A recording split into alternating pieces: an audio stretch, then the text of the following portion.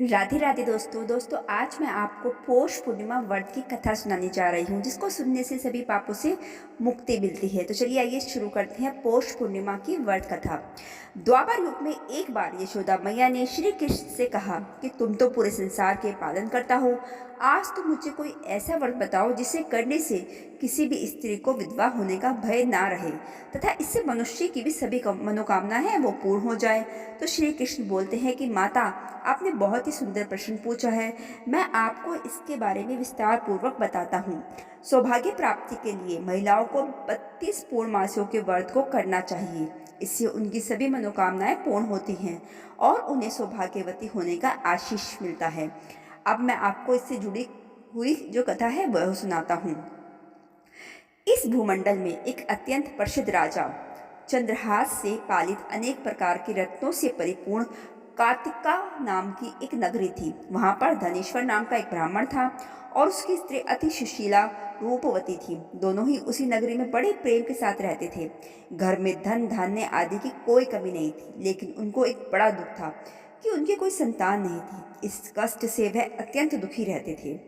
एक दिन एक बड़ा तपस्वी योगी उस नगरी में आया। वह योगी उस ब्राह्मण के घर को छोड़कर अन्य सब घरों में भिक्षा लाकर भोजन किया करता था, लेकिन रूपवती से वह भिक्षा नहीं लिया करता था।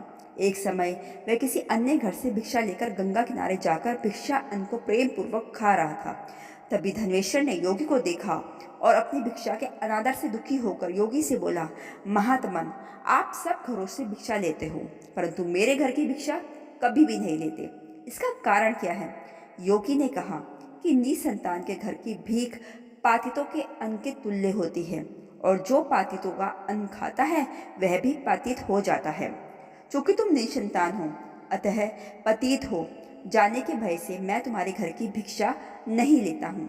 धनेश्वर यह बात सुनकर अपने मन में बहुत दुखी हुआ और हाथ जोड़कर योगी के पैरों पर गिर पड़ा तथा आर्द्र भाव से कहने लगा, हे महाराज, यदि ऐसा है तो आप मुझको पुत्र प्राप्ति का उपाय बताइए। आप सर्वज्ञ हैं, मुझ पर अवश्य ही यह कृपा कीजिए। धन की मेरी घर में कोई कमी नहीं है, परंतु मैं पुत्र न होने के कारण अत्यंत दुखी हूँ। आप मेरे इस दुख का हरण करें, आप सामर्थ्यवान हैं।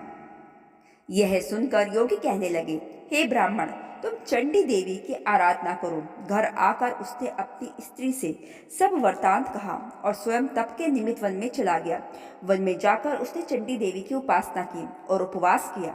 चंडी देवी ने 16वें दिन उसको सपन में दर्शन दिया और कहा, हे धनेश्वर, तुझे पुत्र होगा, परंतु वह 16 वर्ष की आयु में ही मृत्यु को प्राप्त हो जाएगा। यदि तुम दोनों पति पत्नी 32 पूर्णमासियों का व्रत विधि पूर्वक करोगे तो वह दीर्घायु होगा। जितनी तुम्हारी सामर्थ्य हो उतने आटे के दिए बनाकर शिव जी का पूजन करना और पूर्णमासी का व्रत रखना। प्रातःकाल होने पर इस स्थान के समीप ही तुम्हें एक आम का वृक्ष दिखाई देगा। उस पर चढ़कर एक फल तोड़कर शीघ्र अपने घर ले जाना और अपनी स्त्री से सब वृतांत कहना। जब वह श्री शंकर जी का ध्यान करके उस फल को खा लेगी तब भगवान शंकर की कृपा से वह गर्भवती हो जाएगी। जब वह ब्राह्मण प्रातःकाल उठा तो उसने उस स्थान के पास ही एक आम का वृक्ष देखा जिस पर एक आम का फल लगा हुआ था। उस ब्राह्मण ने उस आम के वृक्ष पर चढ़कर उस फल को तोड़ने का प्रयत्न किया, परंतु कई बार प्रयत्न करने पर भी वह वृक्ष पर ना चढ़ पाया। तब उस ब्राह्मण को बहुत चिंता हुई और वह विघ्न विनाशक श्री गणेश जी की वंदना करने लगा और बोला, हे दयानिधे, अपने भक्तों के विघ्नों का नाश करके उनके मंगल कार्य को करने वाले, दुष्टों का नाश करने वाले, रिद्धि सिद्धि को देने वाले, आप मुझ पर कृपा करके इतना बल दें कि मैं अपने मनोरथ को पूर्ण कर सकूं। इस प्रकार गणेश जी की प्रार्थना करने पर उनकी कृपा से धनेश्वर वृक्ष पर चढ़ गया और उसने एक अति सुंदर आम का फल देखा। उसने विचार किया कि जो वरदान से फल मिला था वह यह है और कोई फल दिखाई नहीं देता। उस धनेश्वर ने ब्राह्मण ने जल्दी से उस फल को तोड़कर अपनी स्त्री को लाकर दिया और उसकी स्त्री ने अपने पति के कथा अनुसार उस फल को खा लिया। इसके पश्चात वह गर्भवती हो गई। देवी जी की असीम कृपा से उसे एक अत्यंत सुंदर पुत्र की प्राप्ति हुई जिसका नाम उन्होंने देवीदास रखा। माता पिता के हर्ष और शोक के साथ वह बालक शुक्ल पक्ष के चंद्रमा की भांति भांति भरने लगा। भवानी की कृपा से वह बालक बहुत ही सुंदर, सुशील और पढ़ने में बहुत ही निपुण हो गया। चंडी देवी की आज्ञा अनुसार उसके माता पिता ने 32 पूर्णमासी का व्रत रखना प्रारंभ कर दिया, जिससे उसका जो पुत्र है वो दीर्घायु हो जाए। 16वां वर्ष लगते ही देवीदास के माता पिता को बड़ी चिंता हो गई कि कहीं उनके पुत्र की इस वर्ष मृत्यु ना हो जाए। इसलिए उन्होंने अपने मन में विचार किया कि यदि यह दुर्घटना उनके सामने हो गई तो वह कैसे सहन कर सकेंगे। उन्होंने देवीदास के मामा को बुलाया और कहा कि हमारी इच्छा है कि देवीदास 1 वर्ष तक काशी में जाकर विद्या अध्ययन करें और हम उसको अकेला भी नहीं छोड़ना चाहते, इसलिए साथ में तुम चले जाओ और 1 वर्ष के पश्चात इसको वापस लौटा लाना। सब प्रबंध करके उसके माता पिता ने काशी जाने के लिए देवीदास को एक घोड़े पर बैठाकर उसके मामा को उसके साथ विदा कर दिया। धनेश्वर ने अपनी पत्नी के साथ अपने पुत्र की मंगल कामना तथा दीर्घायु के लिए भगवती दुर्गा की आराधना और पूर्णमासियों का व्रत करना आरंभ कर दिया। इस प्रकार उन्होंने 32 पूर्णमासी का व्रत पूरा किया। कुछ समय पश्चात एक दिन वह दोनों मामा और भांजा मार्ग में रात्रि बिताने के लिए किसी गांव में ठहरे हुए थे। उस दिन उस गांव में एक ब्राह्मण की अत्यंत सुंदरी, सुशीला, विदुषी और गुणवती कन्या का विवाह होने वाला था। जिस धर्मशाला के अंदर वर और उसकी बारात ठहरी हुई थी, उसी धर्मशाला में देवीदास और उसके मामा भी ठहरे हुए थे। संयोगवश कन्या को तेल आदि चढ़ाकर मंडप आदि का कृत्य किया जा रहा था, लेकिन लगन के समय वर को धनुवार्थ एक वायु रोग, जिससे शरीर धनुष की तरह झुककर टेढ़ा हो जाता है, हो गया। इस कारण वर के पिता ने अपने कुटुंबियों से परामर्श करके निश्चय किया कि यह देवीदास मेरे पुत्र जैसा ही सुंदर है, मैं इसके साथ ही लगन करा देता हूँ और बाद में विवाह के अन्य कार्य मेरे लड़के के साथ हो जाएंगे। ऐसा सोचकर उन्होंने देवीदास के मामा से जाकर बोला कि तुम थोड़ी देर के लिए अपने भांजे को हमें दे दो, जिससे विवाह के लगन के सारे कर्तव्य सुचारू रूप से हो सके। तब उसका मामा कहने लगा कि जो कुछ भी कन्यादान के समय वर को मिले वे सब हमें दे दिया जाए, तो मेरा भांजा इस बारात का दूल्हा बन जाएगा। यह बात वर के पिता ने स्वीकार कर ली और उसने अपने भांजे को वर बनने के लिए भेज दिया। और उसके साथ जब विवाह कार्य रात्रि में विधि पूर्वक संपन्न हो गया, पत्नी के साथ वह भोजन ना कर सका और अपने मन में सोचने लगा कि ना जाने ये कैसी स्त्री होगी। वह एकांत में इसी सोच में पड़ गया। उसकी आंखों में आंसू आ गए। तब वधू ने पूछा कि क्या बात है, आप इतनी उदासीन व दुखी क्यों हो रहे हो। तब उसने सब बातें जो वर के पिता व उसके मामा में हुई थी उसको बतला दी। तब कन्या कहने लगी कि यह भ्रम विवाह के विपरीत कैसे हो सकता है। देव, ब्राह्मण और अग्नि के सामने मैंने आपको ही अपना पति बनाया है, इसलिए आप ही मेरे पति हैं। मैं आपकी ही पत्नी रहूंगी, किसी अन्य की कदापि नहीं। तब देवीदास ने कहा, ऐसा मत करिए, क्योंकि मेरी आयु बहुत कम है। मेरे पश्चात आपकी क्या गति होगी, इन बातों को अच्छी तरह विचार लो। परंतु वह दृढ़ विचार वाली स्त्री थी।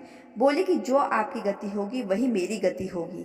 हे स्वामी, आप उठिए और भोजन करिए, आप निश्चय ही भूखे होंगे। इसके बाद देवीदास और उसकी पत्नी दोनों ने भोजन किया तथा शेष रात्रि वे सोते रहे। प्रातःकाल देवीदास ने अपनी पत्नी को 3 नगों से जुड़ी हुई एक अंगूठी दी, एक रुमाल, और बोला, हे प्रिय, इसे लो और संकेत समझकर स्थिर चित हो जाओ। मेरा मरण और जीवन जानने के लिए एक पुष्प वाटिका बना लो, उसमें सुगंधित वाली एक नव मलिका लगा लो, उसको प्रतिदिन जल से सींचा करो और आनंद के साथ खेलो कूदो तथा उत्सव बनाओ। जिस समय और जिस दिन मेरा प्राणांत होगा यह फूल सूख जाएंगे और जब ये फिर हरे हो जाएंगे तो जान लेना कि मैं जीवित हूँ। यह समझाकर वह चला गया। प्रातःकाल होते ही वहां पर गाजे बाजे बजने लगे और जिस समय विवाह के कार्य समाप्त करने के लिए वर तथा सब बाराती मंडप पे आए तो कन्या ने वर को भली प्रकार से देखकर अपने पिता से कहा कि यह मेरा पति नहीं है, मेरा पति वही है जिसके साथ मेरा परिग्रहण हुआ था। इसके साथ मेरा विवाह नहीं हुआ है। यदि यह वही है तो बताए कि मैंने इसको क्या दिया। मधु पर्क और कन्यादान के समय जो मैंने भूषण आदि दिए थे उन्हें दिखाए तथा रात में मैंने क्या गुप्त बातें कही थी वह सब सुनाए। पिता ने उसके कथानुसार वर को बुलवाया गया। कन्या की यह सब बातें सुनकर वह कहने लगा कि मैं कुछ नहीं जानता। इसके पश्चात लज्जित होकर वह वहां से चला गया और सारी बारात भी अपमानित होकर वहां से लौट गई। भगवान श्री कृष्ण बोले, हे माता, इस प्रकार देवीदास काशी विद्या अध्ययन के लिए चला गया। जब कुछ समय बीत गया तो काल से प्रेरित होकर एक श्रप रात्रि के समय उसको डसने के लिए वहां पर आया। उस विषधर के प्रभाव से उसके शयन का स्थान चारों ओर से विष से विषैला हो गया, परंतु व्रत के प्रभाव से उसको काट ना पाया, क्योंकि पहले ही उसकी माता ने 32 पूर्णिमा का व्रत कर रखा था। इसके बाद मध्याह्न के समय स्वयं काल वहाँ पर आया और उसके शरीर से उसके प्राणों को निकालने का प्रयत्न करने लगा, जिससे वह मूर्छित होकर पृथ्वी पर गिर पड़ा। भगवान की कृपा से उसी समय पार्वती जी के साथ भगवान शंकर वहाँ पर आ गए। उसको मूर्छित दशा में देखकर पार्वती जी ने भगवान शंकर से प्रार्थना की कि हे प्रभु, इस बालक की माता ने पहले 32 पूर्णिमा का व्रत किया था, जिसके प्रभाव से हे भगवान आपको इसके प्राण दान दें। भवानी के कहने पर भक्त वत्सल भगवान शिव ने उसको प्राण दान दे दिया। इस व्रत के प्रभाव से काल को भी पीछे हटना पड़ा और देवीदास स्वस्थ होकर बैठ गया। उधर उसकी स्त्री उसके काल की प्रतीक्षा किया करती थी। जब उसने देखा कि उस पुष्प वाटिका में पत्र पुष्प कुछ भी नहीं रहे तो उसको अत्यंत आश्चर्य हुआ, और जब वह वैसे ही हरी भरी हो गई तो वह जान गई कि वह जीवित हो गए हैं। यह देखकर वह बहुत प्रसन्न हुई। मन से अपने पिता के से कहने लगी कि पिताजी, मेरे पति जीवित हैं, आप उनको ढूंढना शुरू करें। जब 16वां वर्ष व्यतीत हो गया तब देवीदास भी अपने मामा के साथ काशी से चल दिया। इधर उसके ससुर उसे ढूंढने के लिए अपने घर से जाने वाले थे कि वह दोनों मामा भांजे वहां पर आ गए। देवीदास को आता देखकर उसका ससुर बड़ी प्रसन्नता के साथ अपने घर ले आया। उस समय नगर के निवासी भी वहां पर इकट्ठा हो गए और सबने निश्चय किया कि अवश्य ही इसी बालक के साथ इस कन्या का विवाह हुआ था। उस बालक को जब कन्या ने देखा तो पहचान लिया और कहा कि यह तो वही है जो संकेत करके गया था। तदुपरांत सभी कहने लगे कि भला हुआ जो यह आ गया, और सब नगरवासियों ने आनंद मनाया। श्री कृष्ण जी कहने लगे कि इस प्रकार धनेश्वर 32 पूर्णिमाओं के व्रत के प्रभाव से पुत्रवान हो गया। जो भी स्त्रियां इस व्रत को करती हैं वे जन्म जन्मांतर में वैध वय का दुख नहीं भोगती और सदैव सौभाग्यवती रहती हैं। यह मेरा वचन है, इसमें कोई भी संदेह नहीं है। यह व्रत पुत्र पौत्रों को देने वाला तथा संपूर्ण कामनाओं को पूर्ण करने वाला है। 32 पूर्णिमाओं के व्रत करने से व्रती की सभी इच्छाएं भगवान शिव जी पूर्ण करते हैं। तो दोस्तों, ये थी पौष पूर्णिमा की व्रत कथा। मैंने आपको आज ये सुना दी है। इस कथा को ज़्यादा से ज़्यादा अपने चाहने वालों में, अपने सगे संबंधियों में शेयर करना बिल्कुल मत भूलिएगा। राधे राधे। ओम नमो नारायण।